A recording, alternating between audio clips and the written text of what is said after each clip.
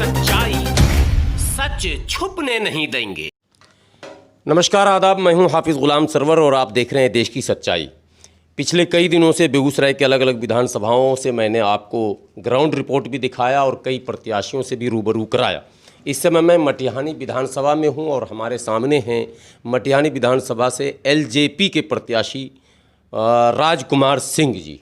आइए मैं सीधे उनसे आपकी बात कराता हूं और सुनवाता हूं कि आखिर चुनाव मैदान में उनके आने का उद्देश्य क्या है। सर, सबसे पहले तो आपका स्वागत है देश की सच्चाई में। आपने अपना बहुमूल्य समय निकाला है, बहुत धन्यवाद। सर, बिल्कुल छोटा सा सवाल और सीधा सा सवाल, आपके मन में ये कैसे आया कि आप चुनाव मैदान में आए? क्या विरासत को संभालने या सेवा के उद्देश्य?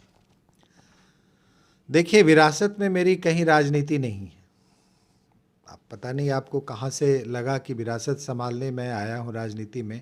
मेरे परिवार में सक्रिय राजनीति में कभी कोई रहा नहीं। हाँ, पिछले 5 साल पहले मेरा एक भतीजा जरूर जिला परिषद का चुनाव लड़ा था और वो काफ़ी मतों से जीता भी। जहाँ तक मेरे आने का सवाल है, मैंने पहले भी कई लोगों को बताया है आपके इंटरव्यू में कि मुझे लगा कि जीवन के किसी भी क्षेत्र में कोई कार्य कर रहा हो, लेकिन एक जागरूक नागरिक होने के नाते उसकी जिम्मेदारी बनती है, अगर वो देखता है कि समाज में उसके आने से वो अपनी तरह से कुछ बदलाव ला सकता है, अपने विचारों से, अपने कार्यकलापों से, तो उसे आना चाहिए। ये उसकी संवैधानिक प्रतिबद्धता भी है और सामाजिक जिम्मेदारी भी है। यही सोचकर मैं राजनीति। आप इससे पहले कांग्रेस से प्रयासरत रहे, फिर अंतोगत्वा जो है वो सीटें नहीं आई तो एलजेपी से आए।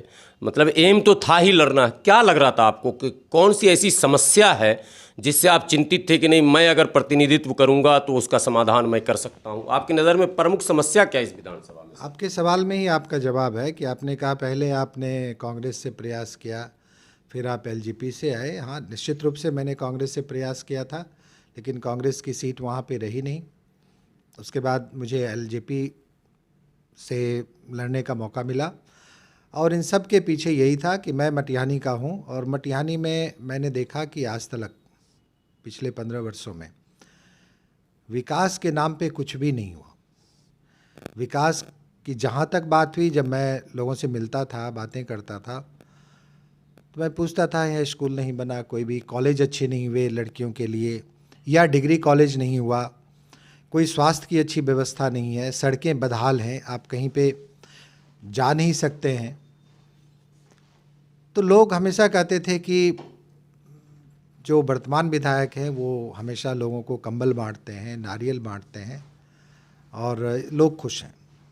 मुझे लगा कि इस टाइप का जो एक भ्रम लोगों के मन में पैदा कर दिया गया कि विकास नारियल और कंबल तक सीमित है, तो मुझे लगा इस भ्रम को तोड़ने की बहुत आवश्यकता है। मटिहानी के युवाओं के भविष्य के लिए, मटिहानी की समृद्धि के लिए, और मटिहानी भी बिहार में, बेगूसराय में एक मुकाम रखता है। इस चीज़ को बताने के लिए इस भ्रम को तोड़ने की आवश्यकता थी और इसके लिए मुझे एक प्लेटफॉर्म की। सर, प्रमुख समस्या आपकी नज़र में क्या है कि जिसको प्राथमिकता के आधार पर आप लेंगे यदि अवसर मिला तो? देखिए, यदि अवसर मिला तो समस्याएं ही समस्याएं हैं। किसी भी क्षेत्र में आप चले जाएं, शिक्षा के क्षेत्र में, स्वास्थ्य के क्षेत्र में, सड़क हो, रोजगार का अवसर हो, किसी भी क्षेत्र में कुछ किया नहीं गया। जो पहले से स्कूल बने हुए थे उनमें अगर फिर से रंग रोगन करवा दिया गया तो उसी को शिक्षा समझ लिया गया। उस स्कूल में पढ़ाई हो रही है, शिक्षक हैं या नहीं है, इस बात का संज्ञान लेने की आवश्यकता नहीं हुई। एक उदाहरण के तौर पे मैं बताऊंगा कि मेरे ही गांव में एक इंटर कॉलेज बना है।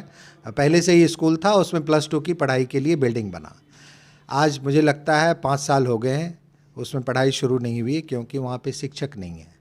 बिल्डिंग बन गया, फंड का दुरुपयोग हुआ या इस्तेमाल हुआ, मैं इसमें नहीं जाऊँगा, लेकिन जिस उद्देश्य से उस बिल्डिंग का निर्माण हुआ वो उस उद्देश्य की पूर्ति नहीं हुई। और इसमें मेरा मानना था कि जो हमारा प्रतिनिधित्व कर रहा है उसकी ज़रूर जिम्मेदारी बनती है।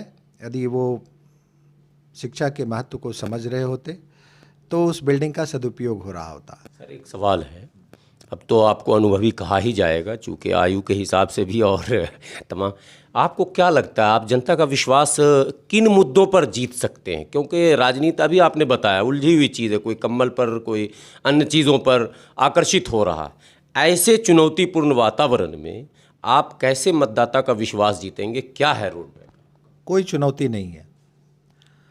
मेरा मुद्दा सिर्फ जीवन के हर क्षेत्र में विकास का मुद्दा था, वो है और वही रहेगा। लोगों ने इस ठगी को भी समझ लिया। मुझे लगा अभी जो लोगों में आपने अगर घुमा होगा, पूरे मटिहानी विधानसभा का दौरा किया होगा, तो आपको लगा होगा कि जन आक्रोश काफ़ी है। वो व्यक्ति विशेष के खिलाफ भी हो सकता है, उनकी भाषा शैली, उनका कार्यकलाप, या उन्होंने जो कुछ भी आज तक किया मटिहानी के लिए, जब उसका लोगों ने लगा कि ये एक भ्रम था, ये एक अंधकार था, ये एक छलावा था, तो लोगों ने समझ लिया कि 15 वर्षों तक वो ठगे गए हैं। 15 वर्षों के इस कैद से उनको बाहर निकलने की आतुरता है और उसके लिए वो कटिबद्ध है। तो आपको विश्वास है कि जनता अब ये बात समझ चुकी है? जनता पूरी तरह से समझ चुकी है। आपने कोई रोड मैप दिया जनता के सामने कि मैं जीतूंगा तो क्या क्या करूंगा? मेरे पास सारा ही रोड मैप ही है। जनता आज कह रही है विकास का कोई भी ऐसा क्षेत्र नहीं है जहाँ पे कुछ भी कार्य हुआ है जिसको आप धरातल पर दिखा सकते हैं और आप कह सकते हैं कि मटिहानी मेरा। क्या आपको नहीं लगता है कि यदि एक ही प्रतिनिधि एक ही क्षेत्र का प्रतिनिधित्व 15 वर्षों से करे और उस क्षेत्र को एक आदर्श रूप नहीं दे पाए, आज वहाँ पे सड़क के लिए लोग परेशान हैं, किसी की कनेक्टिविटी नहीं है सड़क से, ये तो एक सवाल फिर मैं वही पुरानी करूंगा कि यदि आपको अवसर मिला, प्राथमिकता के आधार पर शिक्षा, स्वास्थ्य, सड़क क्या रहेगा पहले नंबर पर? ये सारी चीज़ें प्राथमिकता की हैं, क्योंकि ये लड़ाई, हाँ, ये लड़ाई मटिहानी की जनता लड़ रही है। ये लड़ाई मैं नहीं रहा हूँ, मैं तो उनका चिन्ह मात्र हूँ। सिर्फ प्राथमिकता भी वही तय करेंगे, मैं उसका सिर्फ कार्यान्वयन करवाने का प्रयास करूँगा। एक एडिशनल प्रश्न और लास्ट कर लेता हूँ।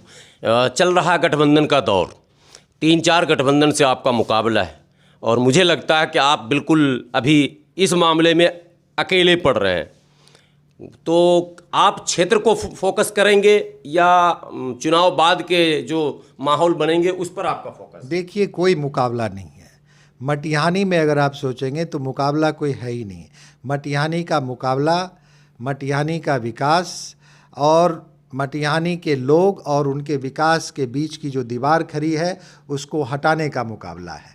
उस दीवार की बुनियाद हिल चुकी है, आपको लग रहा है वो दीवार भी गिर जाएगी। बहुत बहुत धन्यवाद सर। ये थे लोजपा प्रत्याशी मटिहानी विधानसभा के राजकुमार सिंह जी, और फिर मैं आप के बीच आऊँगा, आपसे भी आपके राय को जानूँगा और इनसे भी लगातार कोशिश करूँगा कि इनकी भावनाओं से आपको अवगत कराता रहूँ।